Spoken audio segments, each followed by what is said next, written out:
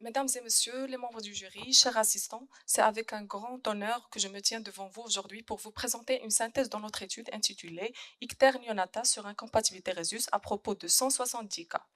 Donc, le plan suivi comprend une introduction, la présentation des patients et de la méthodologie, l'exposé des résultats, leur discussion à la lumière de la littérature, puis une conclusion.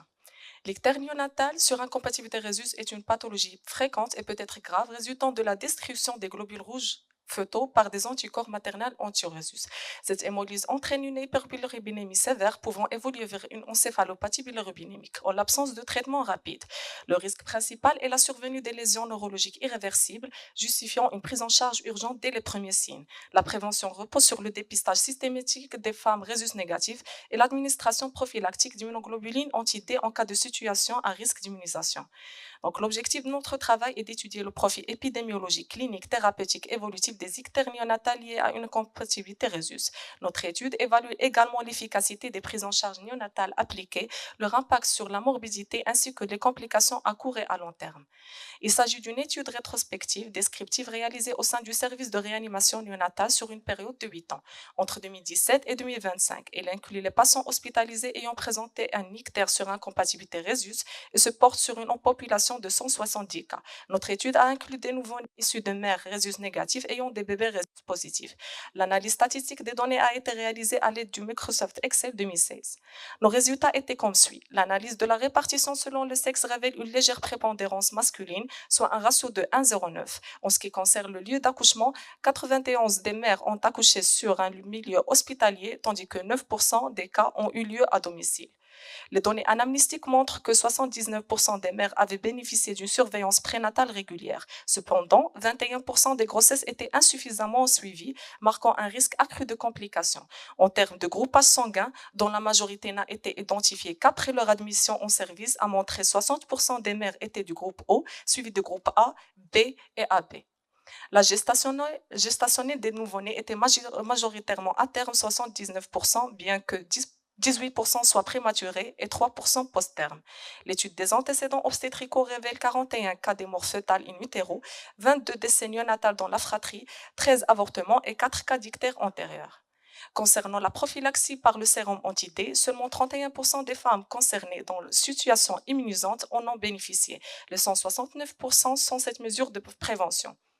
Le délai de consultation était dès l'apparition de l'ictère avant 24 heures de vie chez 40% des nouveau-nés.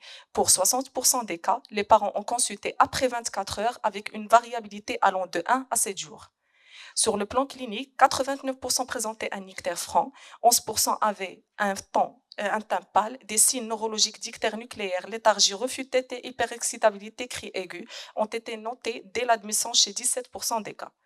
65 nouveau-nés présentaient une bilirubinémie supérieure à 250, entre 150 et 250 concernés 43%, les 43 patients, tandis que 34 se situaient entre 100 et 150 micromoles par litre. Seuls 28 nouveau-nés avaient un taux inférieur à 100 micromoles par litre. L'hémoglobine était inférieure à 10 dans 80% des cas, comprise entre 10 et 12 chez 50 nouveau-nés et supérieure à 12 chez 30 nouveau-nés. Le traitement principal consistait en une photothérapie intensive continue, utilisée dans 95% des cas, tandis que 5% ont bénéficié d'une photothérapie intermittente, 10 patients ont nécessité une exsanguinotransfusion et 80 nouveau-nés ont reçu des transfusions sanguines, parfois répétées. 65 nouveau-nés ont été transfusés par albumine. L'évolution était favorable dans 88% des cas, les nouveau-nés ayant bien répondu au traitement. Toutefois, 12% des cas ont évolué défavorablement, se soldant par un décès soulignant la gravité de cette pathologie lorsqu'elle n'est pas prise en charge rapidement. L'ictère par incompatibilité Rhesus reste évitable mais persiste à cause des pratiques insuffisantes dans le suivi prénatal. Notre étude montre que de nombreuses femmes enceintes ne bénéficient pas d'un groupage sanguin précoce, que les incompatibilités sont souvent découvertes tard et que l'anti-D n'est pas systématiquement administré après l'accouchement. Cela expose les nouveau-nés à des formes graves d'ictère comme l'ictère nucléaire aux conséquences neurologiques irréversibles.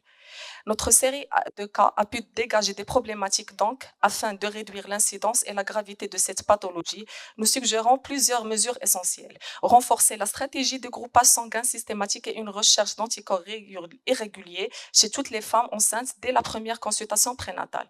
Mettre à disposition et administrer systématiquement le sérum anti-D dans les 72 heures suivant l'accouchement ou toute situation à risque d'allosensibilisation chez les femmes résus négatifs. Encourager fortement les accouchements en milieu médicalisé afin de garantir une prise en charge immédiate et adaptée du nouveau-né, notamment dans les situations à risque immuno-hématologique.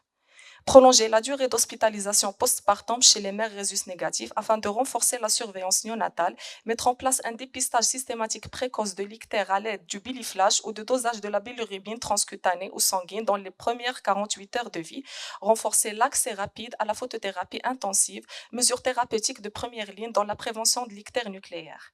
La mise en œuvre rigoureuse des suggestions pourrait significativement améliorer le pronostic des nouveau-nés à risque et réduire le fardeau des complications liées à l'incompatibilité résus dans notre région. Pour conclure, l'ictère néonatal par incompatibilité résus reste une urgence évitable à condition d'agir précocement. La prévention par l'administration d'antités a prouvé son efficacité pour réduire la fréquence de cette pathologie. Une fois l'ictère installé, la photothérapie constitue la pierre angulaire du traitement. Enfin, seul un dépistage prénatal rigoureux associé à une prise en charge néonatale rapide permet de prévenir les formes graves et leurs complications neurologiques irréversibles. Et merci de votre attention.